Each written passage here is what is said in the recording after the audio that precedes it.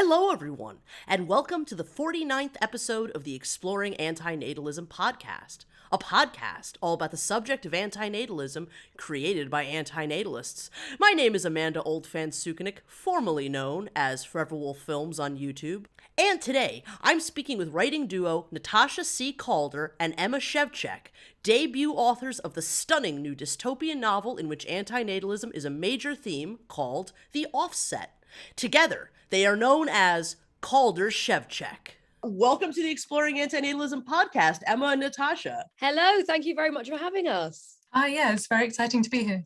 It's exciting to have you both. As I said, I'm just absolutely thrilled to have you both on the show today. Thank you so much for being here. So first, really the most basic of questions, who is Natasha C Calder and who is Emma Szewczak, and how did you become together known as the entity known as Calder Szewczak? So I'm Emma Szewczak, and Natasha C Calder is my very close friend, and we are both writers and close friends. We have been writing individually for years. At some point we decided to start working together, and we wrote this book together, and it just went really well, the whole process. So hopefully we're going to write more. Excellent. Yeah, that's basically the size of it. Emma and I met at university whilst we were doing master's degrees, and things got massively out of control from there. Yeah, that's true. It's been incredibly formative, I think, for us both, because whilst we'd been writing individually up until then, this is our first sort of commercial product. This is our sort of breakout into the publishing world, and it's been very exciting to learn it all together and go through that. And the way that the book kind of came about is, to be frank, I had a child, and antinatalism wasn't something on my horizons before that point. And then suddenly, after having a child, I was like, oh my God, what have I done? And that sort of formed the basis of a lot of conversations, a lot of agonized conversations that Natasha and I had. And it led us down this path of kind of thinking about antinatalism in ways that we maybe hadn't thought about before. And at least for me, it became a lot more salient and a lot more kind of like it meant something to my actual life now. And yeah, that's where the idea of this book came from. Natasha has never wanted children. I never really questioned that before. And that's where this book came from. Amazing. Well, first off, there's nothing like finding that incredibly, productive, collaborative relationship with somebody else. So I congratulate the both of you on that alone. It's a fabulous book. And, Emma, I can't tell you how many antinatalists, that's how they come to this subject, is that they have a child, and many, many antinatalists are parents. So yeah, it's a fascinating experience, the experience of the antinatalist parent. Yeah, it's kind of horrifying. I can imagine that after, but there we are. Right. The Offset, which I can't wait to talk to you both all about, is your first novel together, unless I'm mistaken. But you both had been writers before that. Can you each tell me a little bit about just sort of the general nature of the other works that you've done before this point? Yeah, I mean, when we say that we're writers before that, it's sort of in the very early nascent stages where you're sort of writing privately and hating yourself for doing it. Just before I think we started working on this project, I went off to Clarion West, which is a science fiction workshop in Seattle, which was an incredible experience for me, and that really sort of solidified the drive to carry on writing. And that was also part of a bit of the background to mine and Emma's collaboration, is we were talking about it then very seriously and in very frank terms about what we both wanted to do. And yeah, that's sort of about the size of it before that project, yeah. Like Natasha, I too was doing it quite privately, and I was researching. I was doing a PhD, and so a lot of my writing was kind of being funneled into that. I was doing a PhD at an art school, which kind of allowed me to be quite creative with how I was writing. But it was only at the point of Natasha and I writing this that we both kind of like made it our careers, so to speak. Right. Okay. Excellent. And are both of you, big fans of dystopian and horror and fantasy fiction? Is that, very much the genres that you're in love with, or Yeah, I mean, I try very hard not to limit my reading practices to any one genre, but yeah, I've read science fiction and fantasy and horror ever since I was a child, and yeah, they're a big part of my life. Of the two Excellent. of us, Natasha is much more ingrained in the science fiction world, but I love it too, just in a much more pedestrian way. But we also just are obsessed with dark stuff, any kind of dark ideas, dark art. So yeah. Excellent. Okay, well, now a question for both of you. Emma, I know you've spoken a little bit about your experience already, but as far as where both of you are right now, Natasha and Emma, why are you or are you not anti-natalists? That is a really good question. I don't have a good answer for that for myself. A lot of the time, I think rationally, I agree with pretty much all the principles of antinatalism, at least insofar as I understand them. And as Emma has mentioned, I don't have children. I've never wanted to have children, which sometimes leads me to suspect when I'm thinking about antinatalism that I only agree with it because it happens to suit the lifestyle that I've already chosen. And there's just such a long list of reasons why I don't want to have kids, for which antinatalist principles are only a portion. So it's a complicated relationship. I definitely agree with a lot of what's said, but then in my sort of day-to-day life, I can't feel anything but compassion for people who have maybe had the choice to have kids, and understanding for their experiences, what's led them to that, the relationship that they do have with their children. So it's a lot of dissonance in my head, really, between what I think rationally and what I feel when I'm going about the world and engaging with people who do have kids. Emma has children and they're wonderful. I absolutely love those kids, and I'm sort of delighted that they do exist in the world at the same time as recognizing that existence in the world means suffering and pain. So it's complicated.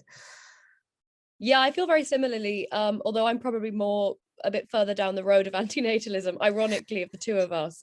I don't know if I feel like I probably don't have the right to call myself an antinatalist, given that I have had children. But I am I'm very sympathetic to antinatalism as an ideology, and increasingly so the older I'm getting. And I think for us, where the conversations first began was around environmental issues, and that's where antinatalism that's where it sparked off for us. But I also engage with it very profoundly in a philosophical sense, and in an kind of from an existential dimension. I have to say I'm not grateful for having been born, and I don't know why that never occurred to me before having children, that I'm not grateful to my parents for having had me. And I think that inherent sort of power dynamic that comes with having children is something that I'm very kind of concerned about, and I want to interrogate more and more in my life. And yeah, I think more of us in society should.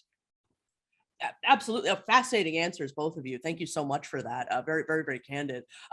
Prior to writing the offset and just through this exploration of the subject that you both had, I mean, what was your original familiarity with the subject of antinatalism? You mentioned environmentalism, so did it begin with perhaps the voluntary human extinction movement, or was it David Benatar? And how have you progressed as far as your explanation into what's already existed in the antinatal world? Yeah. Do you read many antinatalist books? Do you watch a lot of videos on the subject?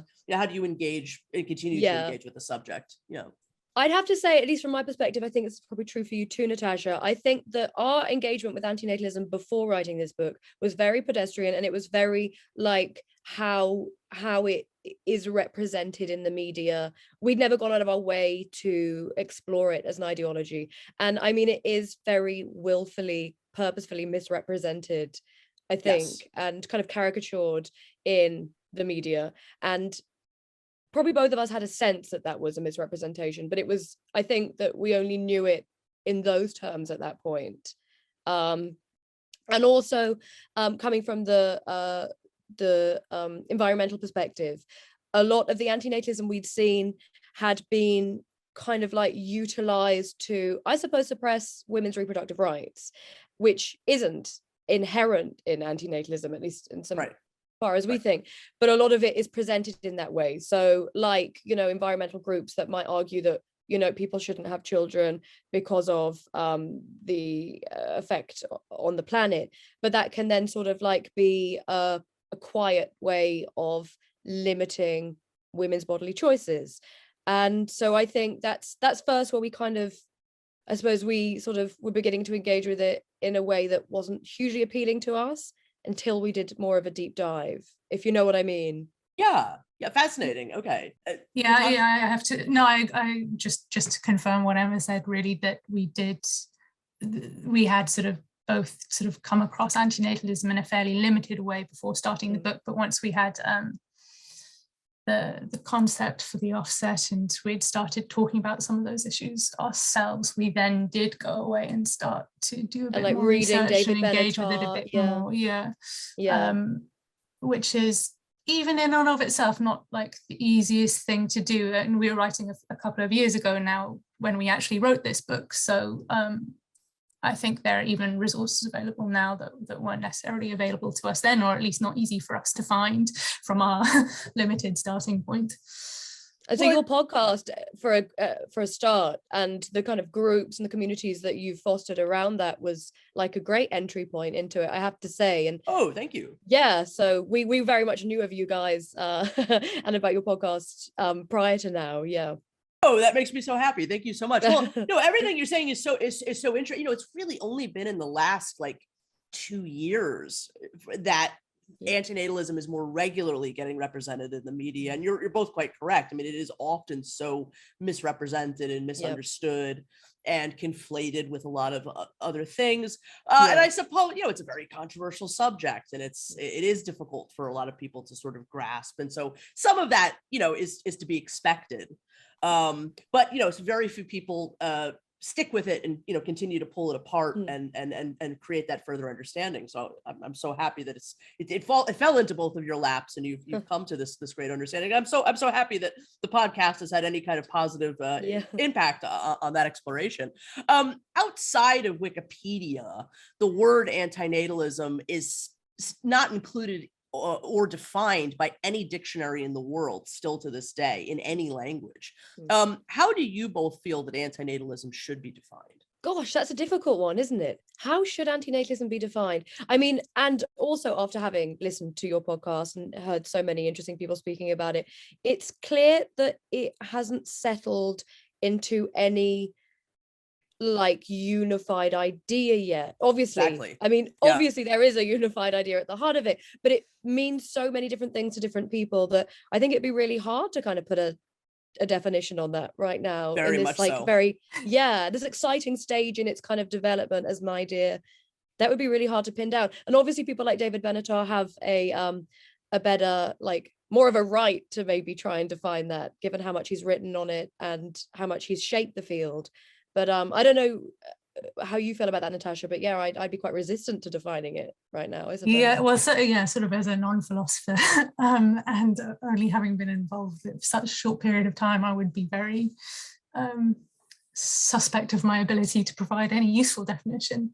And it does seem like there is a lot of avenues still being explored by the community about what it does mean to them. Yeah. As individuals. I think it would probably become more salient to a lot of people if it was understood less about limiting individuals' choices and more about, asking people to think more constructively about those choices. So, sort of like asking people themselves to think more about certain norms that they carry. Obviously, like, having children and having children in a biological fashion is so absolutely like just accepted as a standard across the world, or a standard of being like what you should do and what you should aspire to. And I think, if antinatalism can trouble that in any way and have people look at these norms that they don't question more, like that's a good thing. And and as long as people don't feel like they're being told what to do, which immediately always puts people off anything, I suppose. Like a critical method, a critical tool. Yeah, no, excellent thoughts. And honestly, the hesitance to define it, I think is in many ways sort of the right answer at this point, because at this point, I'm not sure how to define it, because as you so eloquently said, I think if this podcast has taught us anything, it's that it's a lot of things to a lot of different people. And it is in sort of this, this very amorphous state at the minute. Which I personally find fascinating. It's a little troublesome at times, but it is what it is. So thank you both for that. In addition to being a philosophical position, antinatalism over the last 10 years or so has also become a social movement as well. Now, given that you've both just written a novel in which antinatalists have installed a culture of, state-sanctioned parental murder. What do you think about this? The emergence of antinatalist activism. Yeah, it's suddenly kind of come up into this kind of activism seems to have kind of exploded recently, and I suppose we're a little bit hesitant about antinatalism just being understood as something strictly environmental, which is funny because we have just written a book that is an environmental novel, I suppose, and about antinatalism. We wouldn't want it to be so tied up with that, because I do think it does have to have other dimensions, philosophical, personal, whatnot. But yeah, what do you think, Natasha? Yeah, it's interesting when you look at something like the birth strikers, who I think were based in the UK but are related to other movements across the world, who are sort of effectively deploying antinatalist beliefs, saying we're not going to have kids until something is done about the climate, which is fascinating, but also perhaps in some ways a little bit against what antinatalism is about, because it then suggests that, well, if the climate is fixed, then it's okay to have kids again, and that's the only source of suffering in the world and the only thing that you want to protect future generations from. And I'm not sure about that. It is also, I'm very aware of, it's very hard to grow up as a cis woman in a Western society without being aware of the pressure to reproduce and what's expected of you.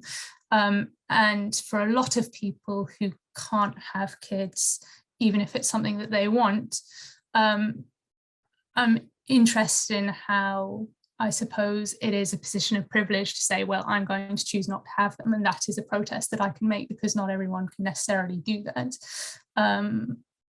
Yeah, how does then that sort of involve people that can't have children? Like, you would want antinatalism to be inclusive of people that also can't have children. Like, it needs to be a home for that as well. And if it then is just it becomes so tied up with activism, you can only do something, I suppose. Yeah. In regard to antinatalism. It's sort of, it doesn't, I don't mean to say that it's wrong. I just mean there are so many dimensions to think about and to be considerate of other people in those regards. I just want to be very wary. It's cool that they're doing something, and it's cool that they're able to apply their activism to this, and apply their antinatalism to their activism. I think it's really cool if anyone's doing stuff that's empowering like that. But yeah, you're right. I suppose it needs to kind of be inclusive as well. Yeah, and I think antinatalism at this stage does struggle a bit with being inclusive in various ways. And interestingly enough, just want to point out, Birth Strike has made some public statements, very much distancing themselves from antinatalism. Yes. So Blythe, please no apologize. But Blythe Pepino, who is the originator of Birth Strike, I mean, really is pretty adamant that this is not antinatalism, even though, in my personal opinion, it's got a lot of connections. It is antinatalism. Yeah, it's funny to sort of and maybe that's because there's still this misunderstanding of what it is. For me, antinatalism is this statement against suffering. So outside of a person's ability to create children, it's a critique against this, just natural mechanism that exists in all of us to suffer. It's the experiential reality of suffering, period. Yeah. And so I think when it starts from there, it becomes that inclusivity opens up, because it becomes less about what you're able to do, what you're able to produce, and just sort of a statement against, hey, there's really no reason to keep producing, beings that suffer and die. Very interesting thoughts. Thank you both for that so much. Sorry. Oh no, please go ahead, Natasha. I'm sorry. Just a final thing to say. No, not at all. It is, though, like, out of however that movement distances itself, or however it ends up being quite separate from antinatalism in some regards, it is a massively transgressive action, I think. Yes. And particularly in developed countries where you're starting to see aging populations and fertility rates decrease, I think you're going to see governments put more and more pressure on reproduction, because it's a massive economic concern. So anything that you can do that goes against it is very powerful. So it is a thing to play with as well, despite everything I've just said. It is useful. 100%. Yeah, no, absolutely. And I'm a fan of Birth Strike. I love the work that they do. It's a shame that there's a bit of a disagreement there. But yeah, I mean, antinatalist activism, it's something that's very much in its infancy. And, it's something that I love, but I'm not sure where it's going at times. And it's going to be fascinating to see how it develops, for sure. Yeah. Do either of you have any feelings about how antinatalism intersects with other, social ethical issues, such as atheism, veganism, and the right to die? Yeah. So let me think. I have so many ideas, but we don't really get to talk about antinatalism very often at this kind of level. A lot of the interviews we've done, it's not something people engage with. So I have so many thoughts. How do you want to kick that one off, Natasha? And I can think while you're talking. Yeah, it's a fascinating knot of issues. I can definitely see that if you're already an atheist, it probably makes antinatalism a lot easier, because then you're not dealing, particularly in the Christian faith, with the burden of life being God-given and being sort of inherently divine and worthwhile, and something that you can't do anything about, which obviously then has knock-on effects for the right to die, which is, as far as I know, still a belief in a lot of Christian thought, that you don't have that right, basically, to take your life or to the end of the suffering of anyone else. So insofar as I would understand antinatalism to be opposed to those things, I can see where they intersect. I think I've sort of muddled up exactly what I'm exactly the way I've connected the things, but I hope you understand what I mean. Yeah, definitely.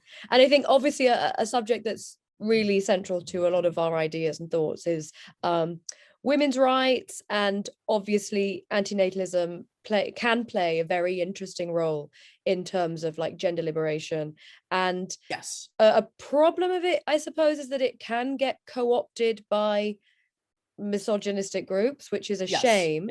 And it does, and it can also be co-opted by right-wing groups and white supremacist movements, and that's a shame. I would still argue that they're not necessarily making antinatalist statements, but they maybe just use antinatalism to argue other things. I don't think that antinatalism is inherently a vehicle for misogyny or right-wing ideas, or eugenics even. I think it's not eugenics, but it can be misrepresented to be in line with that.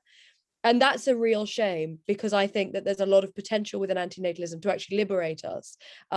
Because of course it does muddy the waters of heteronormative ideals and heteronormative biological thought, and this is a good thing. And like you said, Natasha, it does provide a really good ground to be transgressive when thinking about capitalism, when thinking about class. And it's just a shame that more people don't see it in that liberative way of its potential.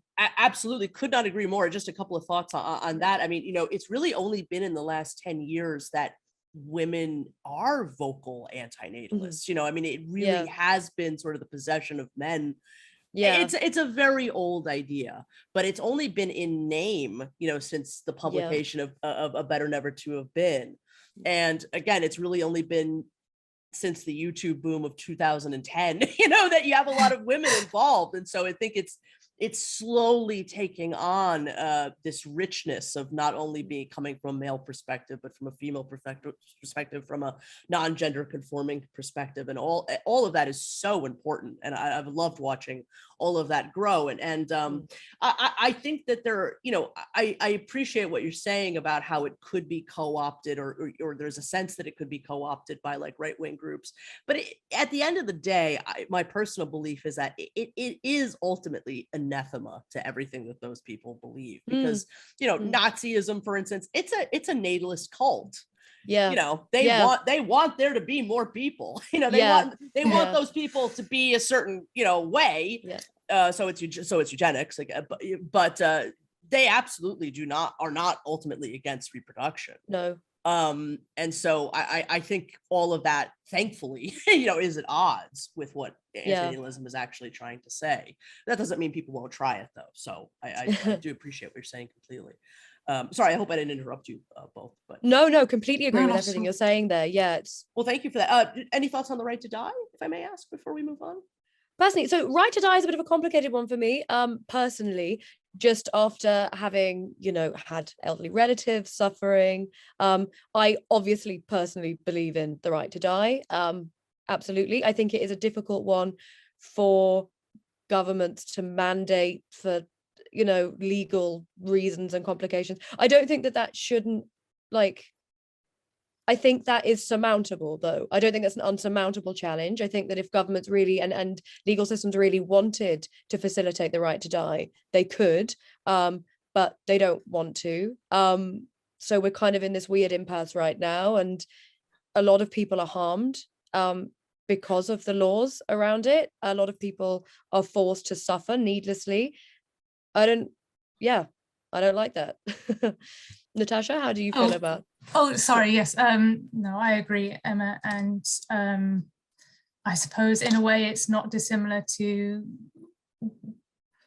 the same sort of ethics surrounding choosing not to procreate. So long as it's a choice, that's fine. The moment you get a government body saying you absolutely must not, and we're going to have mass sterilization, then you get into some very dangerous, murky areas. And with the right to die, so long as it is a free choice, then I think that's absolutely fine. The moment you have government sort of saying, all right, well, this quality of existence means death or whatever. Not that anyone is actually saying that, but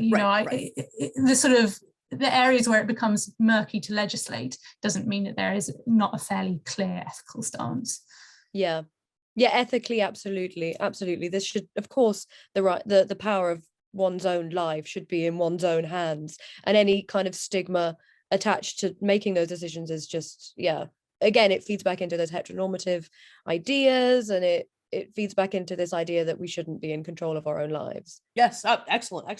Well, thank you so much to both of you for all of those answers. I'd love to move on now to a further discussion properly of the offset, but I have such a better understanding now of where both of you are coming from with your understanding of antinatalism. So thank you. So before I say anything else, really, I want to tell you both how much I absolutely love the offset. I had been seeing news about it for months prior and been so excited about it. And I hadn't really realized up until, really right before its release, just how heavy the antinatalist theme of the novel was. It's so well written. It's impossible to put down.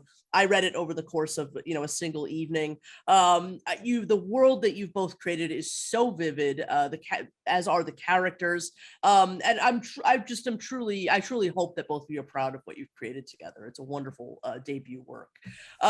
So for those of you listening who may have not read the offset yet, which of course I highly encourage everybody to do, would you both mind sort of setting the stage for us and explaining the basics of, what the offset is all about?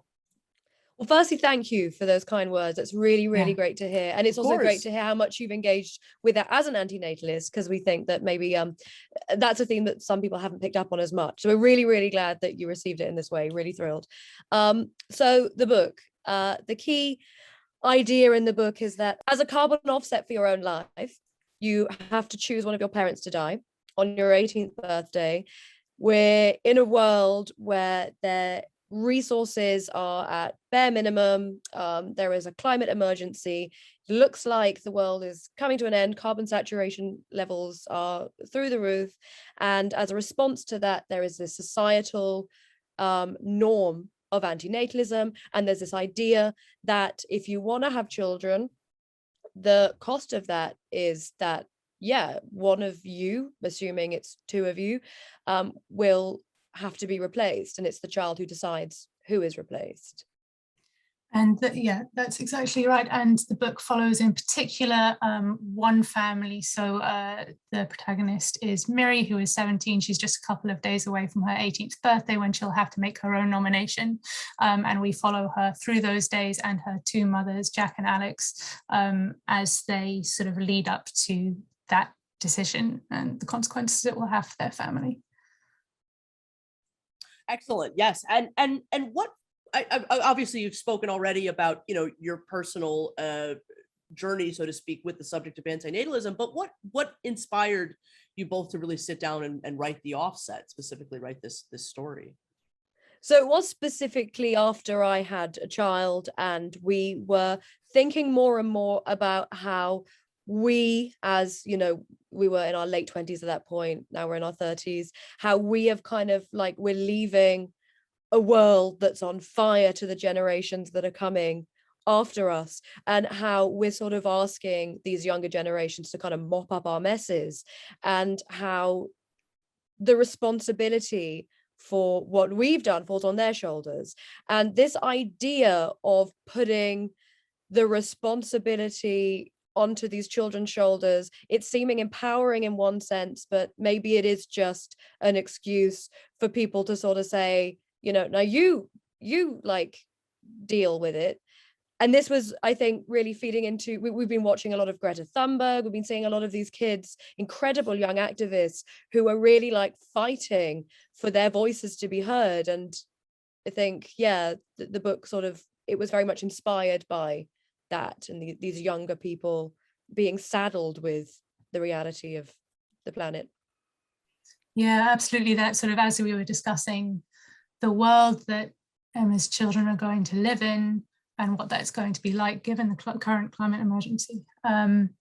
We were definitely looking towards the youth activists and just being fascinated by the responsibility they're taking on and the way that is dealt with by the adults in our society, who are both sort of sneering, and also sometimes you get this incredible sense of relief, like these young people are going to come along and they're going to sort everything out, so we don't need to worry anymore, even though this is not an issue of their own making.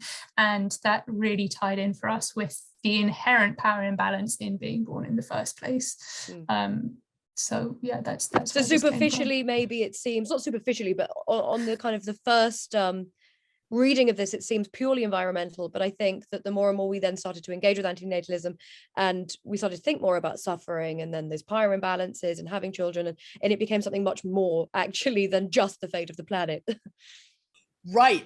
Yeah, no, I have some questions later on sort of about the environmentalism, and I was so curious about that. But especially from speaking to you both now, there's so much more to what you're bringing to this, and it's so interesting that you bring up Greta Thunberg, because I can definitely, now that I hadn't thought of it while reading it, but it's so obvious that that's sort of where some of is it Miri, or is that how you pronounce her? Yeah, that's right. Miri. Yeah, it's you can see so much of Greta in Miri.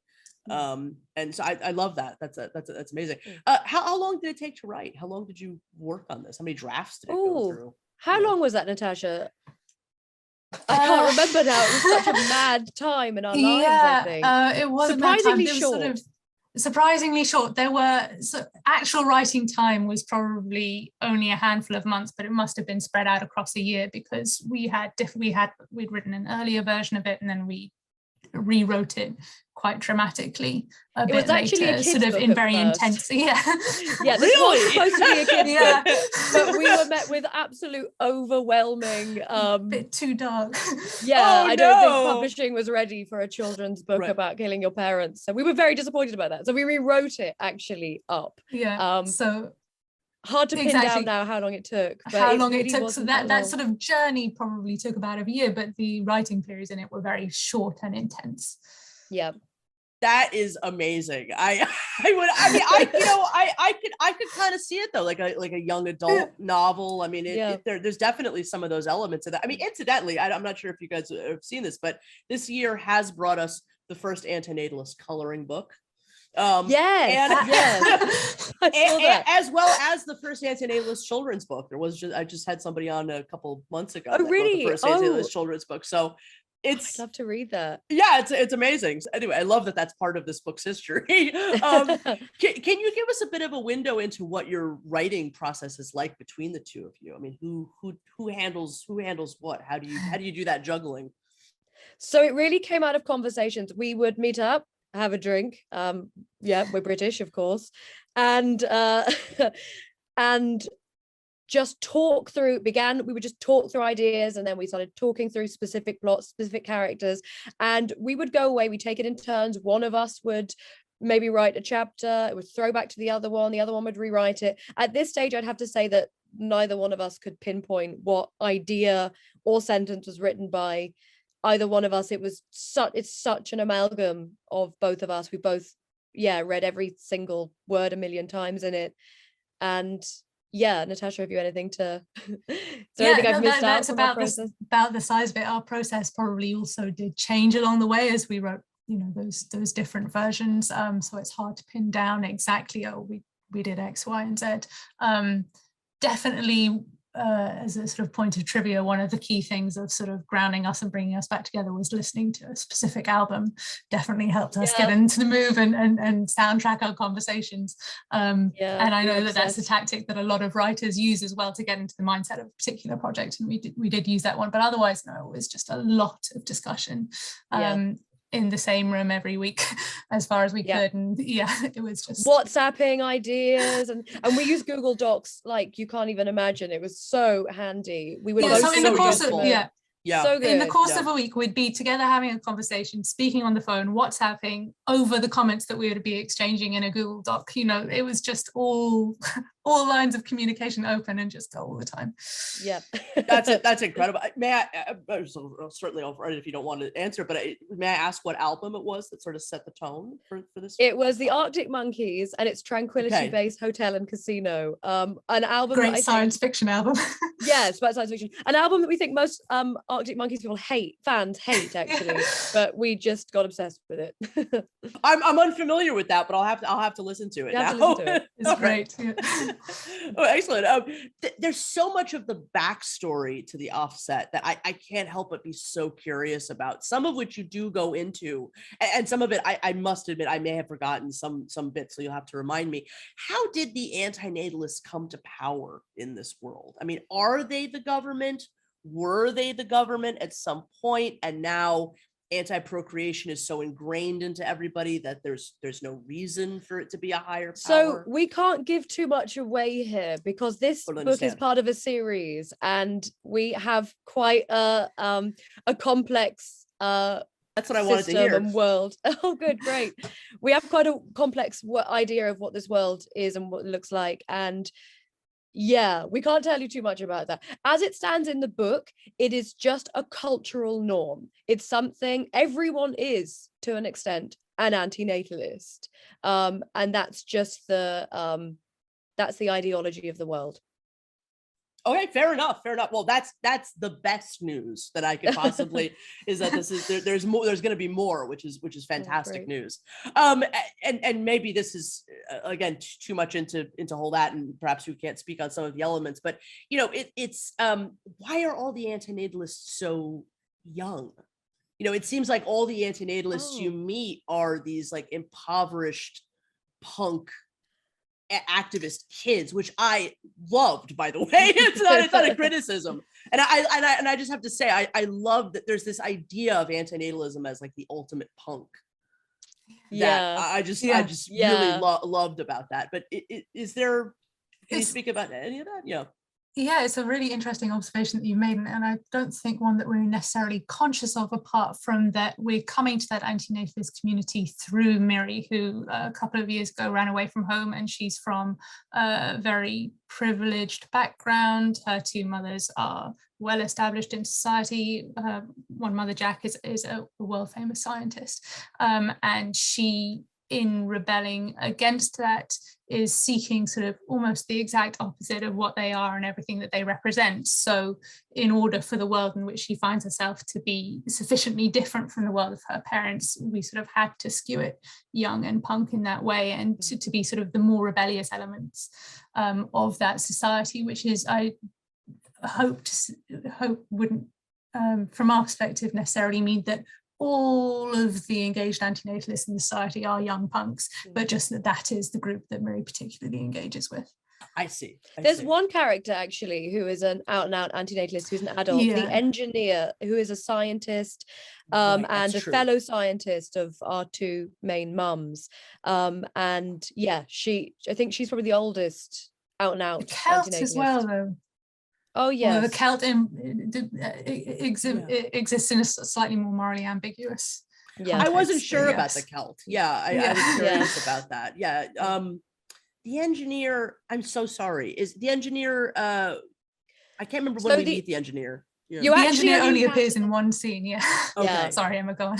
No, you're right. And also, there's a funny thing here, because there were so many drafts of this novel before the final one emerged. And this character did take more of a central stage, actually, earlier on. So yes, in the book, they're actually only in one chapter. And it is a recounting of a scene when in the past, when Jack and Alex when Alex is pregnant, and Jack meets a colleague, and she tells the colleague that her wife is about to have a baby, and the colleague is disgusted with her.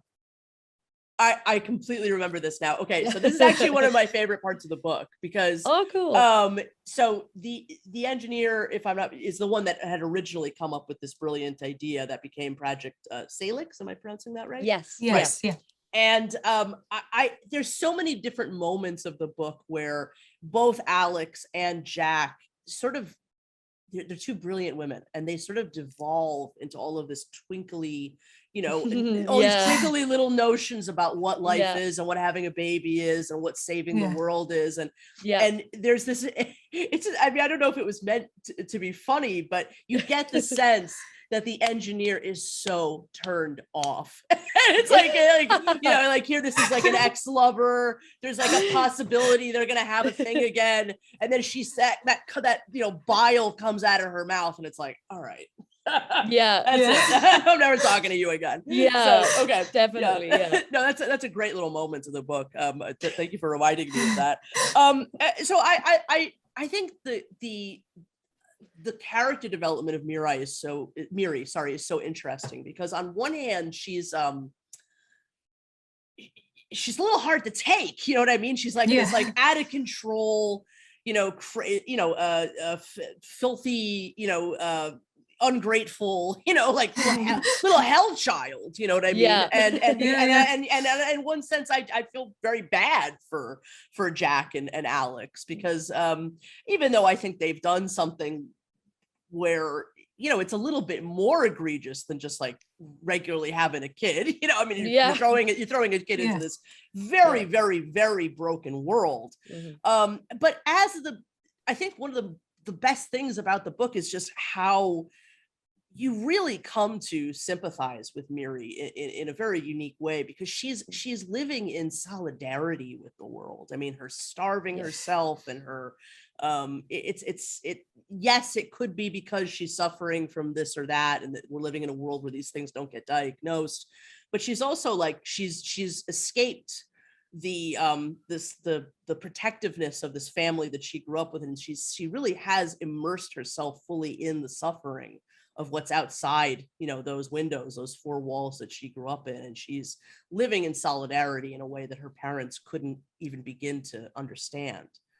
And so I just am being honest, I didn't like her for a good part of the book, and then I really loved her by the end of it, because it's like, this is how a person does their best in some respects. I think you really got her, actually. And in we didn't write her to be likable in the way that I suppose many of us don't live our lives just to be likable. And we were also very conscious of not wanting just to write a likable woman as well. Like, obviously we didn't want to write a certain kind of woman, a certain kind of young woman. Like, she just is a person that's existing in the world, responding to the horrors of this world in kind of ways that are coherent with her personality. And it's really great that you kind of took that you went on that ride with her, because we've made her very purposefully kind of ambiguous and difficult. And Yeah, it's wonderful that you got that connection with her, and I love how you express it about her living in solidarity with the world. Yeah. Miri, yeah, she is exactly that, and I think she's so young and she's so angry, and I think both of us remember what it is like to be that and to not understand how to live in the world successfully,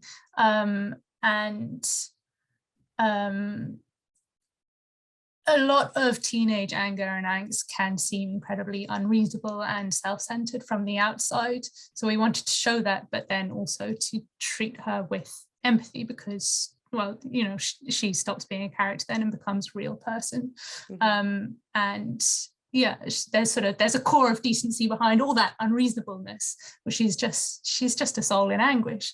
And you can't get too angry with her at the end of the book for that, because the circumstances in which she's living in are incredibly difficult.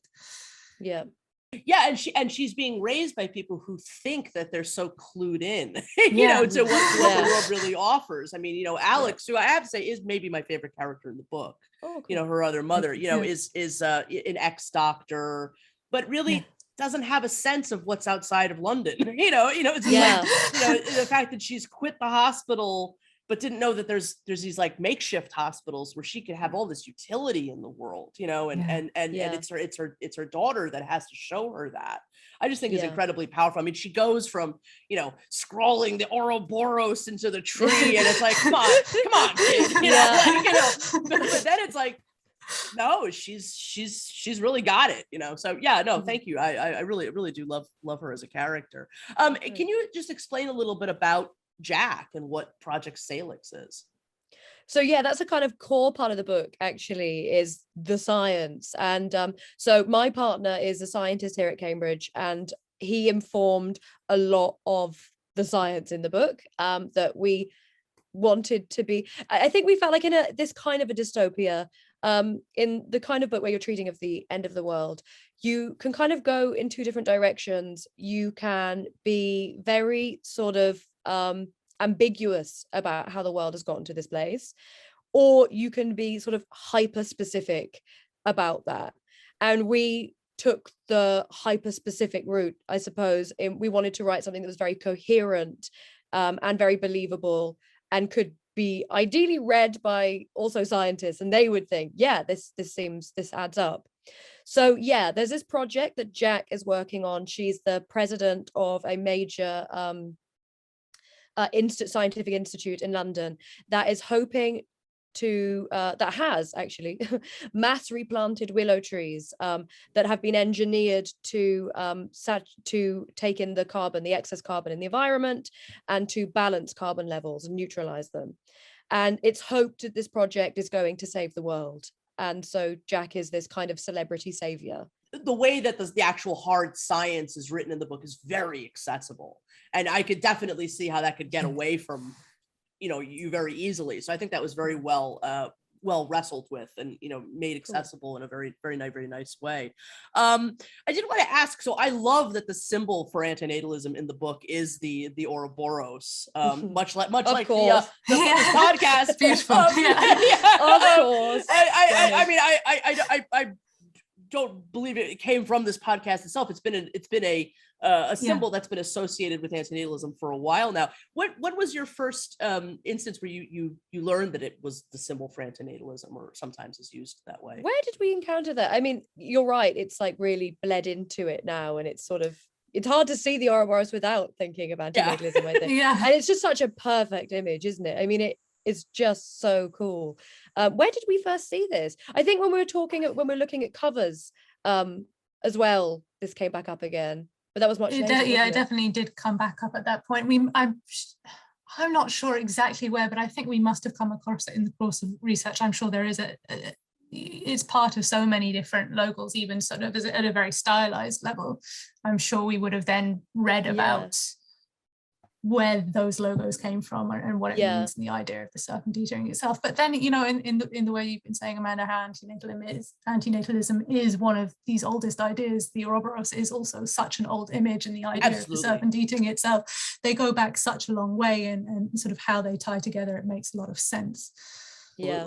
Absolutely. All right. Well, the offset specifically, this social mechanism within the story that the anti-natalists in the world have installed. What was the inspiration behind that specifically? Like, where did that come from? This idea of killing one of your parents at 18, and why do the anti-natalists of this world champion this so much? Mm-hmm. In the background of it, I suppose there's a lot of conversations you can end up being part of around sort of fertility rates, and replacement rate, I think, is one of the terms that gets used when you talk about fertility on a national level, which sort of leads then quite naturally into thinking about, okay, well, if you wanted to decrease the size of population, what would be the replacement rate, and how would you maybe say set up something in the world that didn't necessarily prevent people from having children, but encouraged them not to do it, and made sure that the sacrifice was on the part of the creator rather than the created, essentially. Obviously, it doesn't actually work out like that in the book, because for X, Y, and Z. But also we're kind of interested in the history of discussions around overpopulation and environmentalism overall, and discussions about offsetting. They sort of blended together a bit in our conversations, because it's so easy with offsetting principles in general to use them to let you carry on living your life in the way that you are currently. And I think a lot of the conversation around overpopulation is a way for people to point a finger at countries where the fertility rate is increasing, usually developing countries, and say the problem isn't here, when in fact the problem is the carbon footprints of people living in developed countries and the way we live our lives, rather than the number of people on the planet, from sort of separate from antinatalism, just the environmental impact of existence. So we wanted to sort of speak to all of those things, I think, in the book that we wrote, and the concept that we came up with. Emma, I'm sure you've got something a bit clearer to say. That's absolutely exactly right. And also, just in a less sort of erudite fashion, we just love this idea of killing your parents. We're really drawn to that. And it makes for a lot of interesting conversations, just that. Yeah. And then talking about, like, when I was sort of like, God, I've created life, what have I done? In having my own child personally, it was very interesting for us to think of ways of how, like, I could kind of atone for that. And we were like, well, one of the ways of atoning for that would be to let your child kill you. I make them, so maybe they kill me. Like it's a huge thing to make a life. They didn't ask for it, and maybe then my life is theirs. And that's fair enough, I think. No, fascinating insight into that. Thank you so much. Am I correct in thinking that everybody in this world is vegan? And are most of the animals already dead? Because I mean, there's the rat that Miri befriends, of course, and there is talk of a lot of animal experimentation is kind of like in the background. But it seems like it's an unspoken fact that there are very few animals left. Am I correct in that? Yes, very much so. I think the world that we painted is in many ways like a kind of 10 steps down from where we are at the moment. So a lot of these a lot of the situation in the book, I think, was how we imagined things are going to probably go.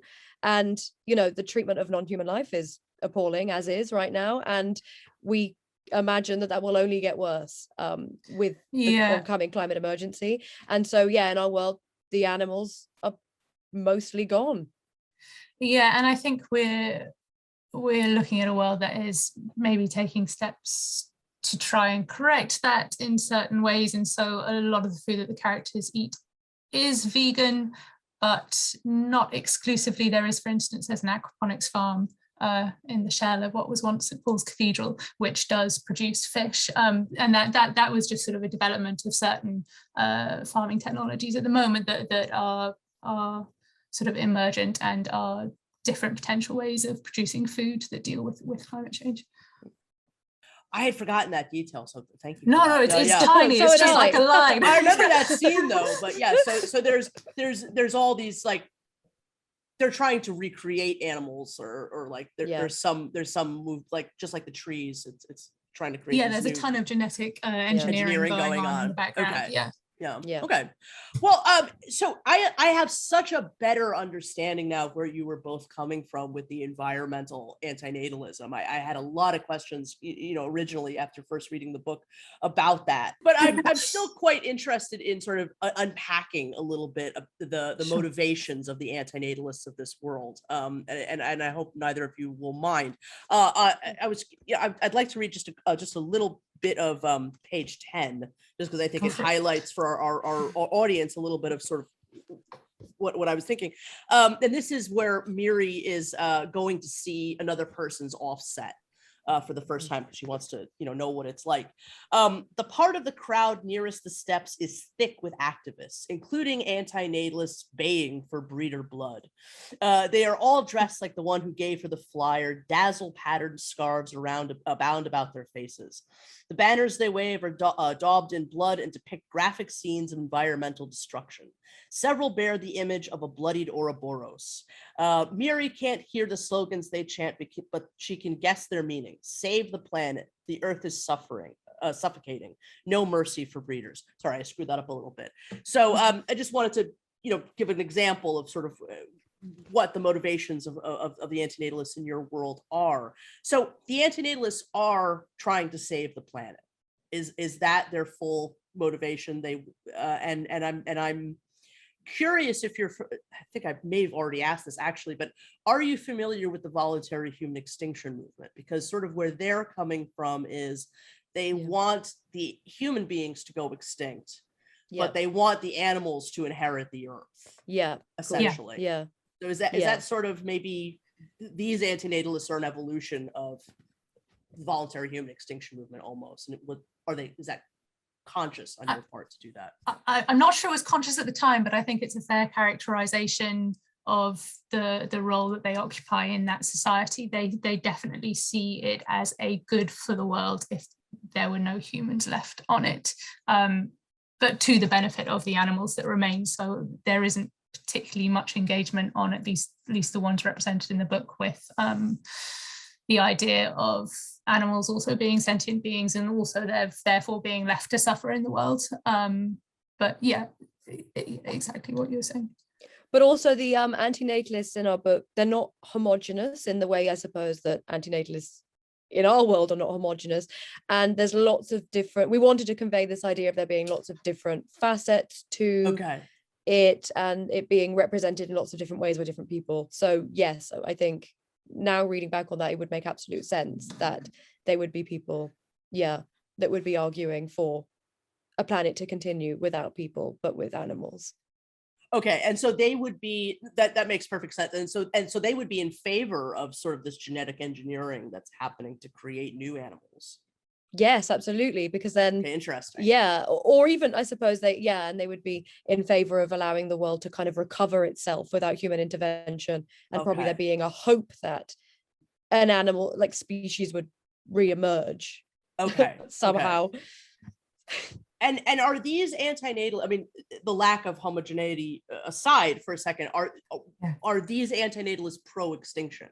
They're pro-human extinction, but would you say that any of the antinatalists in this world are for like sentient extinction? So they wouldn't be for this genetic engineering. Do you I don't think we've represented. I would hope that we could read that some of these antinatalists in the book are in favor of that, but I don't think we ever consciously like in fairness it was not something that we discussed at the time, so we cannot claim to have like consciously represented it, which is a shame actually, and I think that comes from not having known enough about antinatalism at that time of writing. And now I think back and I wish actually we'd done a better job to have more actively. No, but I know that wasn't a sort of criticism, but I do think that maybe the book could have done a bit better. An area certainly to maybe be explored further. Absolutely. Later books, fascinating. Definitely. Not a criticism in any way, shape, or form. These are the things. It's a really interesting question. And it's actually really got me thinking, at least. So Miri has this tremendous amount of pressure on her from the antinatalists to have Jack killed. that's what they seem to want. And this is the part where I was a little confused by the motivations of the antinatalists of this world. Why do they want Jack to die if Jack is playing such a major role in saving the planet that they apparently also wish to save? She seems like she has this potential to be a hero to these particular antinatalists because they're all environmentalists. But so I think they see I think that, I think this kind of speaks to a lot of the class concerns in the book, and I think they see Jack as a celebrity for the upper classes and as a means for the upper classes to disengage with the reality of the planet, to disengage with the suffering in the world, and pat themselves on the back and feel good about things. And it allows, and Jack and her work enables a certain kind of upper class elite to carry on having children, thinking that everything's going to be fine, so we can just carry on, it's okay. And I think there's a lot of people in this world that are like, no, this narrative is just, it's disengaged. And perhaps it wasn't drawn out enough, but I think there is a sense, particularly in the antinatalist community, that Miri engages with, that they're not overly convinced that Jack's project is going to work, that it's going to be enough to save the world. So then it becomes more of an excuse for people to carry on living their lives in the way they always have, while no change actually happens, because there's just a veneer of something happening rather than actual change, and to not actually comes across a little bit in that sort of rave scene where they're skeptical about. I love that scene. Especially all the antinatalists are so, they're making videos and they got the whole audio visual thing going on. It's very recognizable to me. No, that makes so much sense. Because I think there is parts of the book where there's some talk of like so much resources have been taken to build this thing, which might not work. And it's literally taken the food out of people's mouths. Yeah, exactly. So in order to save the planet, she's had to starve a whole bunch of children, essentially. Yeah. So that makes perfect sense coming at it from, this is more of it's a class struggle. Sort of relationship. Okay, that makes a lot more sense. I think they probably also see her as a bit of an Elon Musk, as someone that maybe wants to maybe just get off this planet or some sense, or just rather preserve things for a certain small elite of people, but not actually think about how people are suffering right now as a consequence of dwindled resources and the climate reality. And it's that. That makes perfect sense. When I had first sort of finished the book and set it down, my belief was that they had wanted her to die because they believed that without her, extinction would happen faster. That she was sort of, her lack of existence was a key towards this all going away faster. As well, yeah, that's an interesting way of seeing it. Yeah, and very valid and very possible. Yeah. Yeah, no, thank you. It belongs to you. We finished writing it now, so you can also read into it. I interpret any way I want. No. Whatever you think. Under such an antinatalist world, I mean, how maybe this is explored in some of the sequels that you have planned, so perhaps this is getting into territory we can't speak about, but I mean, how did a project like Project Felix come into power? Like, it almost seems impossible, like how these two things exist in the same world almost.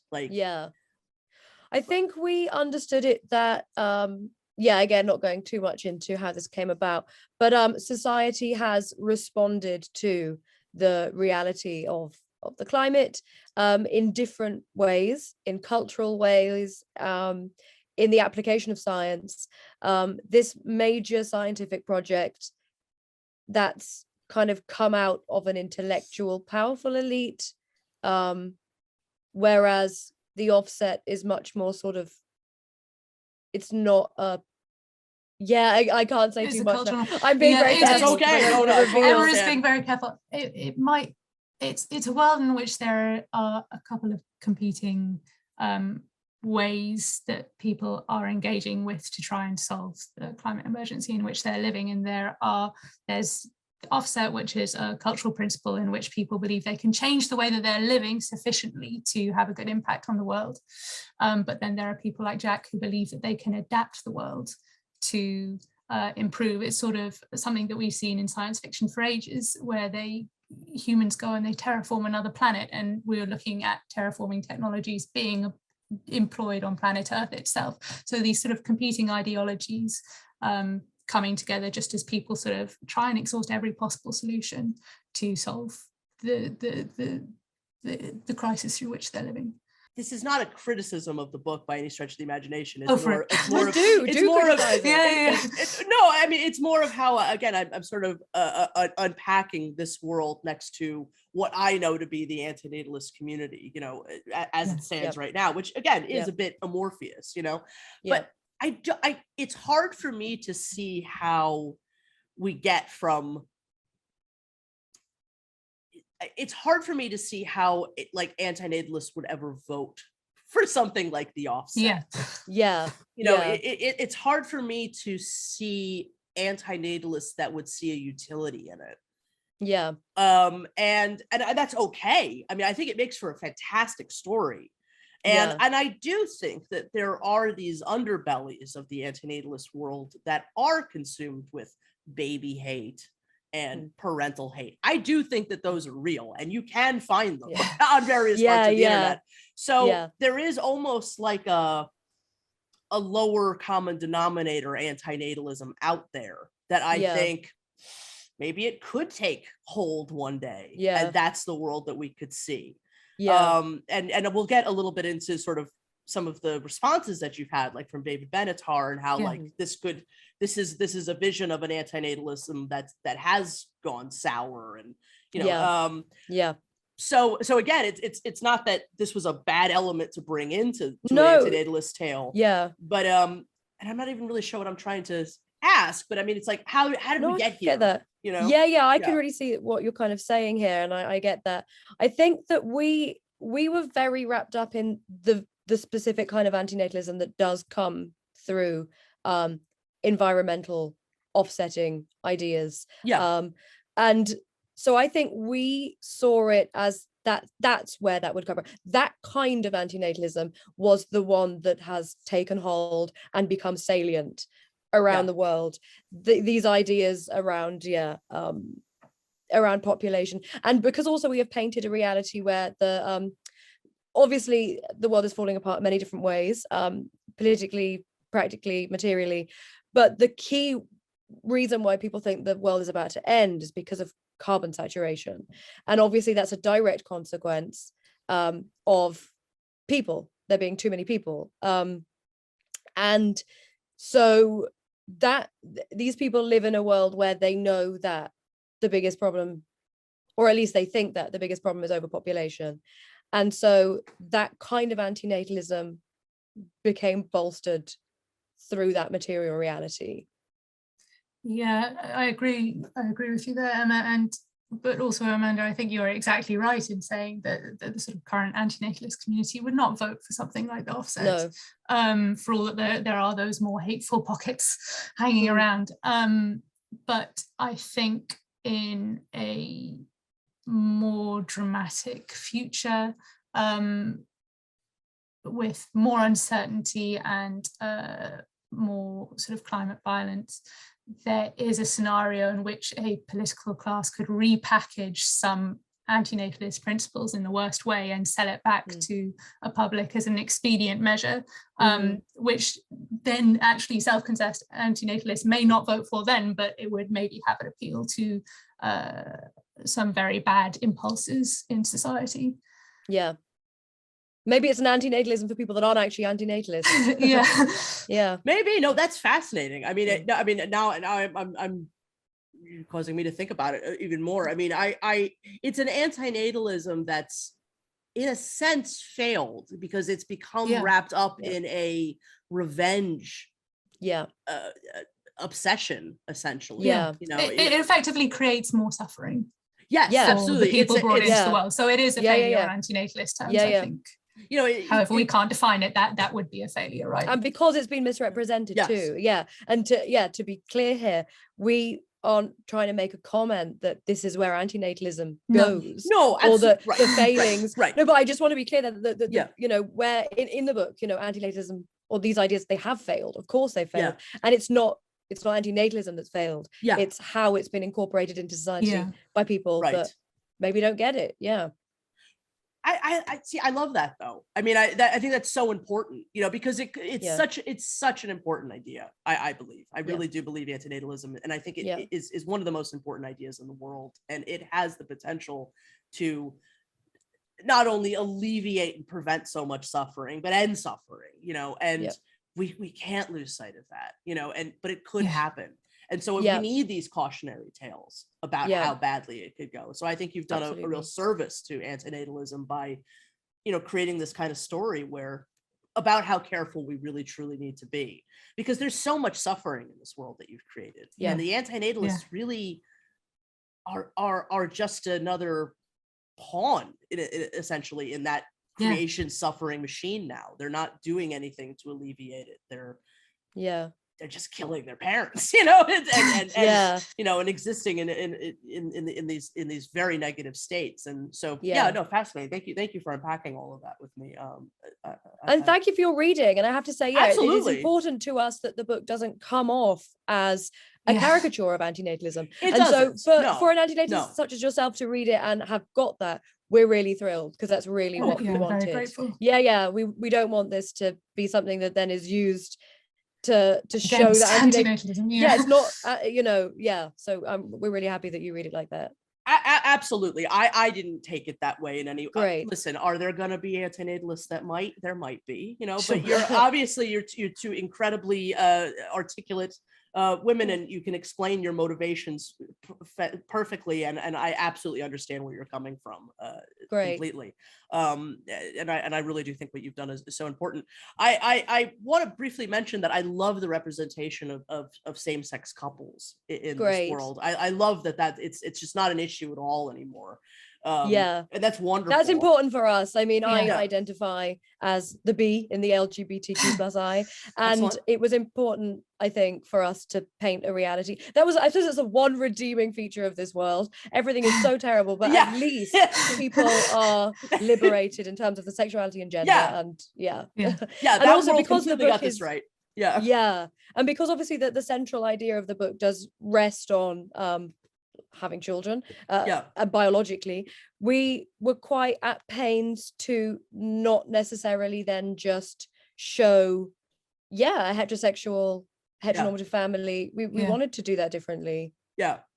And the love between Alex and Jack is so beautiful. It's so beautifully written, and I think is ultimately the true tragedy of the novel, or one of the great tragedies of the novel, because they have something so perfect between the two of them. Like they're, and I don't want to, there's so much, I'm trying to be careful here because I don't want to give away too many details, but they didn't need to add a third person to this. Exactly. Exactly. They ruined it for themselves in so many ways. Which is the central myth of our world, right? There are so many people that don't want to have children, that have children because it's what you do, and probably ruin their lives as a consequence. And that's not even talking about the poor reality of the children. But that's true.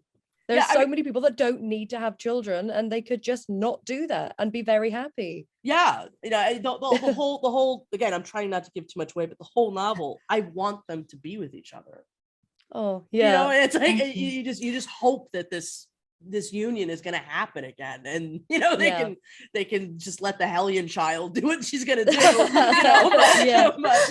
They obviously and there's so much tragedy obviously with that too. I mean, they obviously love Miri so much, but even maybe this is a little tangential, but there is that scene too where Alex says something like, well, when you have your own child, it's like, what are you thinking?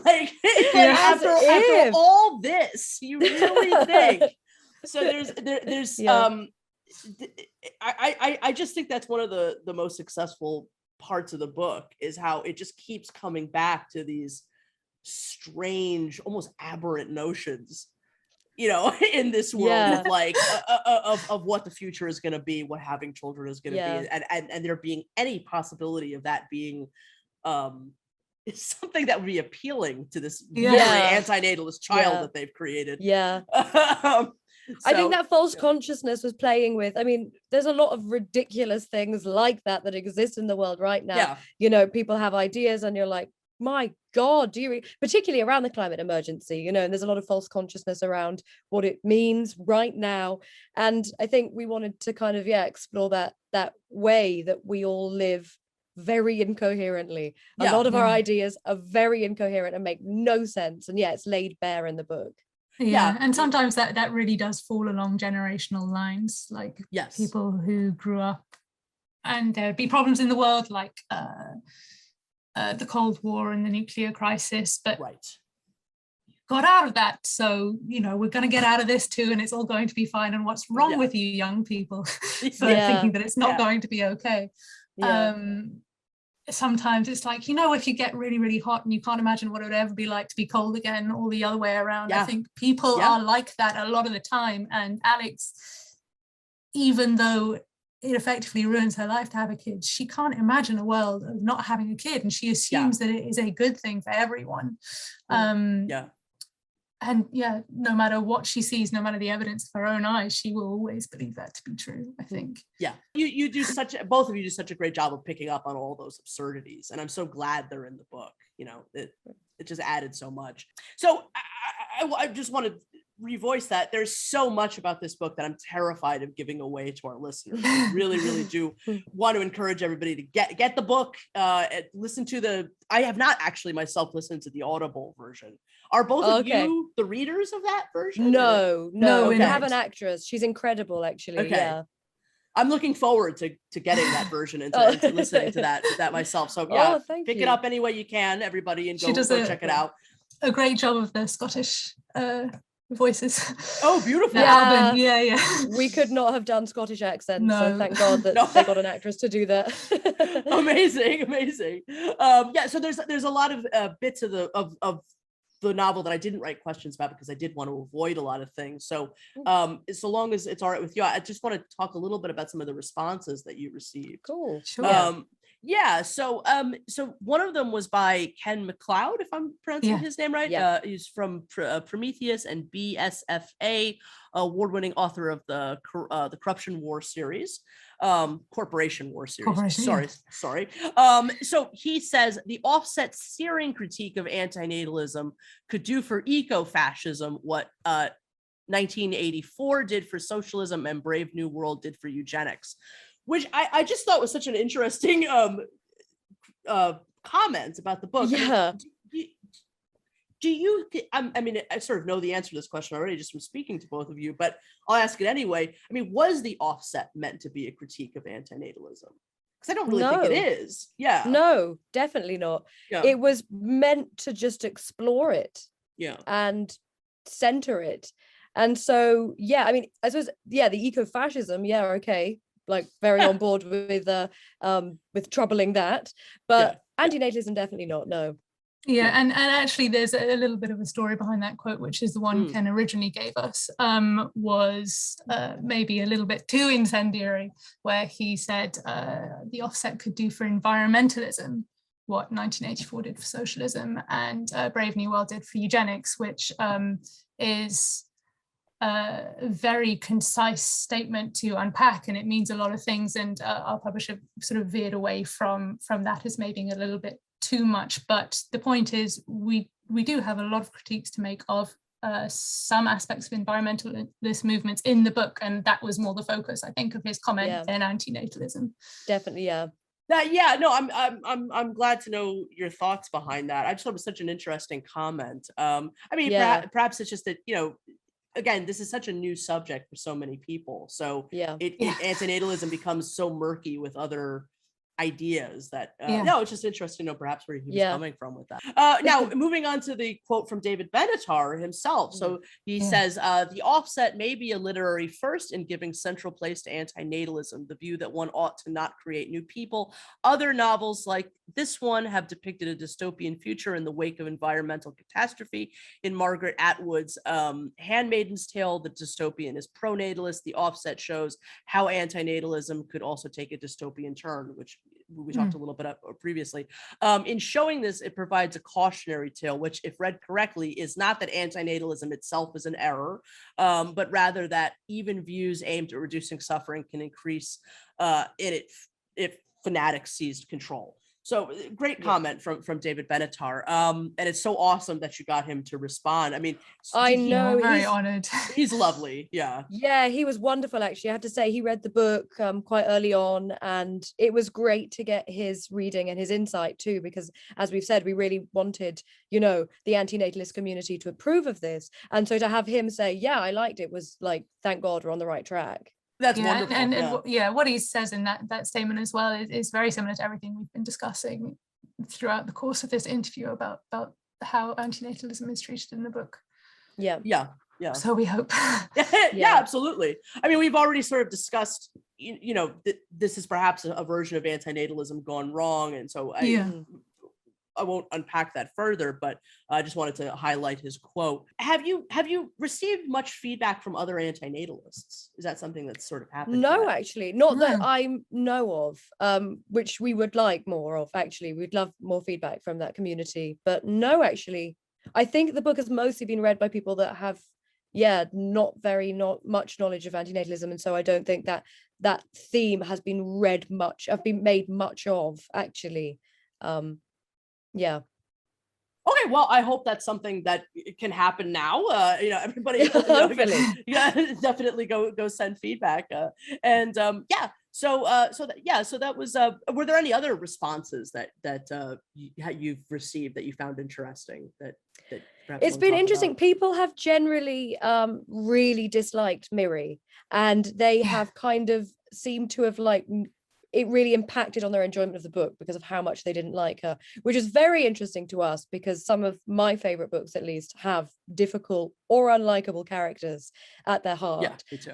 So that was a bit of a surprise, I think, for us, how much people didn't like her. But that's cool. Also, I think maybe an indication that we're on the right track because of the feedback that we've had in person, and admittedly that's a skewed bunch because there are people who actually we know and would speak to us, but the people who really got Miri or disliked her, the ones who are much closer to Miri's age tended to get her, and the ones who are much closer to Jack and Alex's age tended not to really understand what she was doing, which to my mind means that we did the best possible job of representing those sets of characters as appropriate to themselves. Hopefully. Anyway. And some people have really hated the science as well, which is absolutely fair. We knew that would be just very a bit too much. Marmite. That would be very you either love it or you hate it. And but the people that have liked it have really liked it, so we're glad about that. And just the other sorry, no, please go ahead, forgive me. No, just the other thing that's fun, we've had a couple of occasions sort of at the launch, and we went to the Super Relaxed Fantasy Club in London a couple of weeks ago, and it was really nice to speak to everyone who they wanted to know a lot about the background, all the different permutations of families and how they would be treated and what the rules were, and a lot of engagement with people trying to work out which of their parents they would kill, and that's sort of the more fun side of it. Everyone has chat about with people. Everyone has a take. They want to know, everyone's thought about it already. Who would I kill? And tell me about this. A lot of people have told me which of their parents they would kill, and that's fascinating. I definitely want to hear that more. It's a shame that people didn't like the science aspects of it. I thought that was so, and I have to say, so I do think, that the offset is this milestone, in the history of antinatalism, because I do think that it is the first non-self-published work that deals with the subject that's a fictional story. There are other examples of fiction, of novels and of that deal with an antinatalist theme, mostly written by antinatalists, but they're self-published. There's one that originates in Brazil, I believe is where it was published. That was probably the first one, and that was written by Julio Cabrera, who's a very famous antinatalist philosopher. But this is really a first in that this is a mainstream, novel with a legitimate publisher. And so that's a very, very, amazingly exciting thing. And I completely forgot what my point was now. Well, no, my point was that in some of these other works of antinatalist fiction, they're also very heavy in the sci-fi Another one was called Last Call for Heroes. I interviewed the author of that too, and there's certain similarities that I find so interesting. And so I think there's this language of how you build an antinatalist story that's developing, over time throughout all of these works. And that's really fascinating to sort of watch build. And I think a heavy sort of science element is a part of that. So it was familiar to me to find that, in a work about antinatalism. So I loved that part of it. That's really interesting you say that. And I have to say, now that you're saying this, I really want to go away and read these books and see where we sit kind of in that community of these books. And Natasha and I, we're like so absolutely in favor of more people self-publishing. We're really glad these people have done that.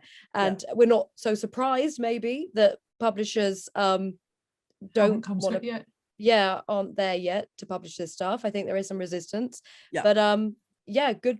Hopefully more people write these books and publish them however they can, and they're important, and it's great that they exist. Antinatalism as a subject for artists is a fairly new thing. It's in this world where everything has been done to death. Antinatalism is this uncracked open oyster, and so that's very so. I'm curious, what about the subject is so inspiring for both of you?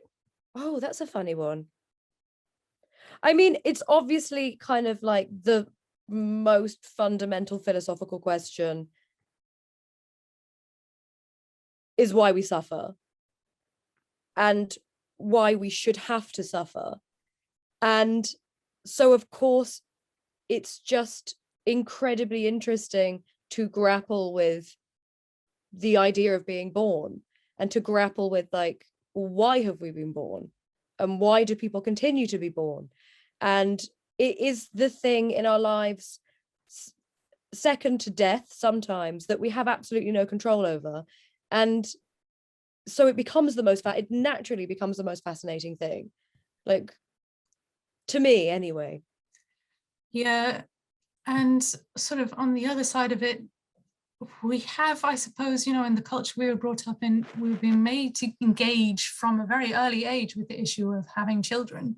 It's tied into something we've been thinking about since forever, just as individuals, because of the pressure put on people to have kids and how that's assumed to be normal, and the conversations that you become subject of then as a cis woman growing up in that society.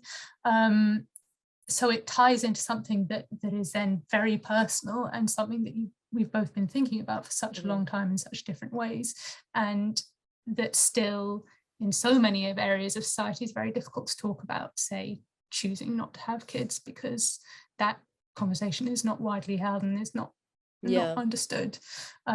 So it's a massive, fascinating philosophical thing to talk about, but with a very personal human relation, I think. Maybe society's only ready now to really, really interrogate that, maybe with, great strides we're making in terms of, gender liberation and around sexuality. Maybe we're finally ready to actually tackle the most major taboo, the final taboo. And I have to just quickly say, because I've just thought of, I am reading a great book at the moment, and it has the best accidental representation, I think, of antinatalism that I've ever come across. And it's this. I don't know if you guys know it. It's Back to Front. It's called I've heard of that. Have you heard of it? I have indeed. I haven't read it, though. You should read this. It's really great. And there is the main character isn't an antinatalist, although she really is grappling with whether or not she should have a child, and in a really great organic way. I wish it went further. But there is a character in the book who is an antinatalist, one of her friends,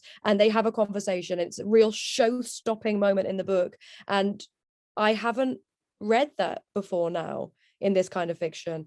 And it got me thinking, are we finally at this point now in time to really, really tackle what it means? And so this book, it's called Breasts and Eggs by Miyako Kawakami, and she's Japanese, and it's just incredible. So amazing. I remember seeing some articles about that book when it first came out, and antinatalism was mentioned, and I just neglected to pick it up, but I will definitely go pick it up now for sure.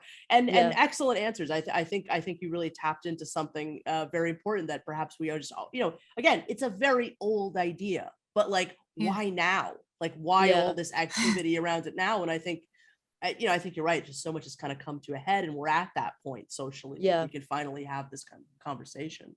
Yeah. So, we're rejecting the patriarchy. And so, of course, we would then begin to reject our parents, maybe, like that's becoming a big thing where people are finally able to sort of step out and criticize their parents in ways that has not been so easy to do in the past. And that's good in my book. Yeah, absolutely. Sorry, Mum, but that's true. I'm not going to kill you, but yeah. Well, no, I'm not. I'm going to do some critiquing, though. Critiquing is more than fair. Yeah. Good. So I would love to see some kind of dramatization of The Offset. Well, we've sold the rights. It's being adapted. Yay! It is being adapted. Congratulations.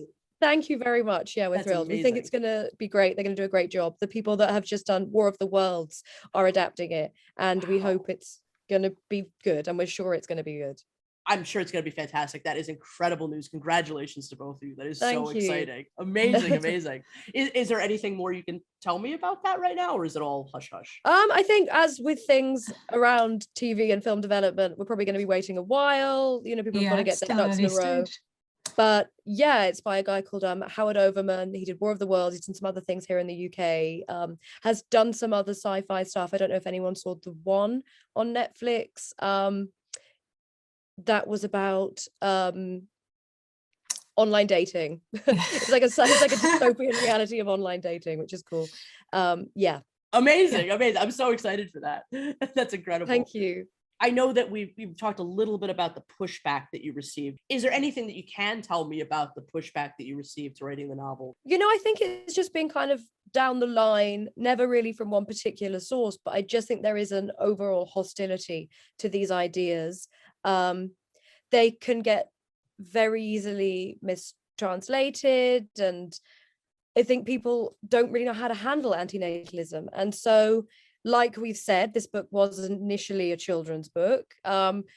We were met with an absolute wall of disapproval on that point from people that were very interested in the idea and thought it was hilarious and wonderful, but just felt like it is too soon. People are not going to like that, which is disappointing to us. We really did want this to be a kid's book straight off the bat. And I'm sitting here going, do it. Yeah. Yeah, I think maybe we will revisit that. Yeah. So what have you got anything to add to that, Natasha? No, I mean that was probably the first tranche that we had to get through, and we did it by changing what we wrote, which is maybe not always the tactic that we should deploy, but someone at the time who though did point us out and we did think was largely wrong did also say to us,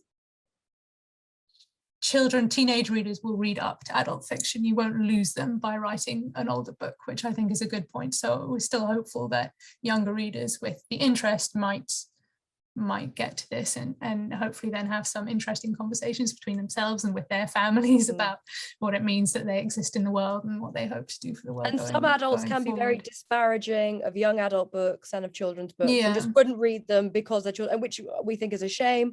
And so we got that. Okay, cool. We'll just write an adult book and then hopefully the most people will read it. But yeah. You can always come out with a children's adaptation later too. Yeah. After the show premieres. Yeah. We'd love to do that. Maybe a fun game, a board game of some description. I love that idea. Yeah, some sort of like a card game or whatever you call it. Yeah, I could definitely see that. That would be amazing. Is there anything you can tell me about what you're working on currently? I know that you've revealed during this interview this is to be a series. I don't know how much you can speak about that, but I'd love to know anything. So yeah, this is planned as a series and very much TBC there. We're kind of going to see what happens, but there are huge unanswered questions in the book, and that we hope people don't think that that's a mistake. They are purposeful, and they are going to be answered one day, hopefully. And then we're both doing things separately. I have a non-fiction book in the works that I can't really say very much about at the moment, but it's about vaginas. Great subject. It's gonna be great. And and Natasha, you have a book coming out with Bloomsbury, science fiction. In 2023, I think, and that'll sort of largely be about, well, it's about antibiotic resistance, but it's also just sort of about two weirdos on an island. It's called Whether Violent or Natural. And Oh it's yes, kind of thank you. incredible. Sorry, Emma's better at this. No, that's phenomenal. You're both very, very busy. I love hearing that. That's wonderful. Well, looking forward to all of your future works. Where can people find the offset, and how can people help support the work of both of you? Oh, brilliant. Well, it's everywhere. You can buy it on your Amazons. Unfortunately, you can buy it on Amazon. You have to. And it's in lots of indie, I think it's indie bound, you guys have in the US, and bookshop.org. and lots of other alternative sources. But yeah, it's very Googleable. Okay, excellent. Well, I very much encourage everybody to go pick up the offset. You can find links below to where you can find a copy. It's available in paperback, Kindle, and of course there is also the audiobook version on audible.com. So everybody, please go check it out. Please go send some feedback to these two wonderful authors. And Natasha and Emma, this has truly been a pleasure to speak with you both today about your work. Thank you so much for being my guest today on the Exploring Antinatalism podcast. Thank you so much for having us. You've been great. We want to come back. Yeah. The offset is available in paperback, Kindle, and it can also be found in audiobook format on Audible. Please follow the Amazon links below for details. And you can also follow Calder Szewczak on Twitter. Thank you for listening to the Exploring Antinatalism Podcast. This has been Amanda Oldphan Sukenick and Mark J. Maharaj. You can find us on the YouTube channels Anti-Natal Wolf and Question Mark, respectively. Keep up with my daily anti-natalist news updates at Antinatal News on Twitter. Please follow the podcast on Facebook, Twitter, Instagram, YouTube, and listen to us on Apple Podcasts, Google Podcasts, Buzzsprout, Stitcher, SoundCloud, Amazon.com, RSS feed, and so many other platforms. You can send us an email at exploringantinatalism@gmail.com. Our website, www.exploringantinatalism.com, was designed by the incredible Visions Noirs. Please follow him at www.bionoir.com and also on Instagram. Links below. Our logo was designed by the amazing Life Sucks.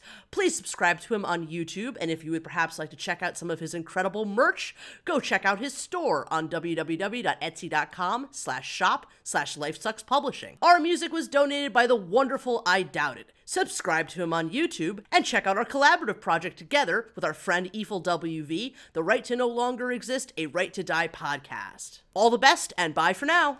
The Anti-Natalist Film Festival is finally here. Anti-Natalism International is proud to present to you some of the very finest cinematic work of the antinatal world. The Anti-Natalist Film Festival.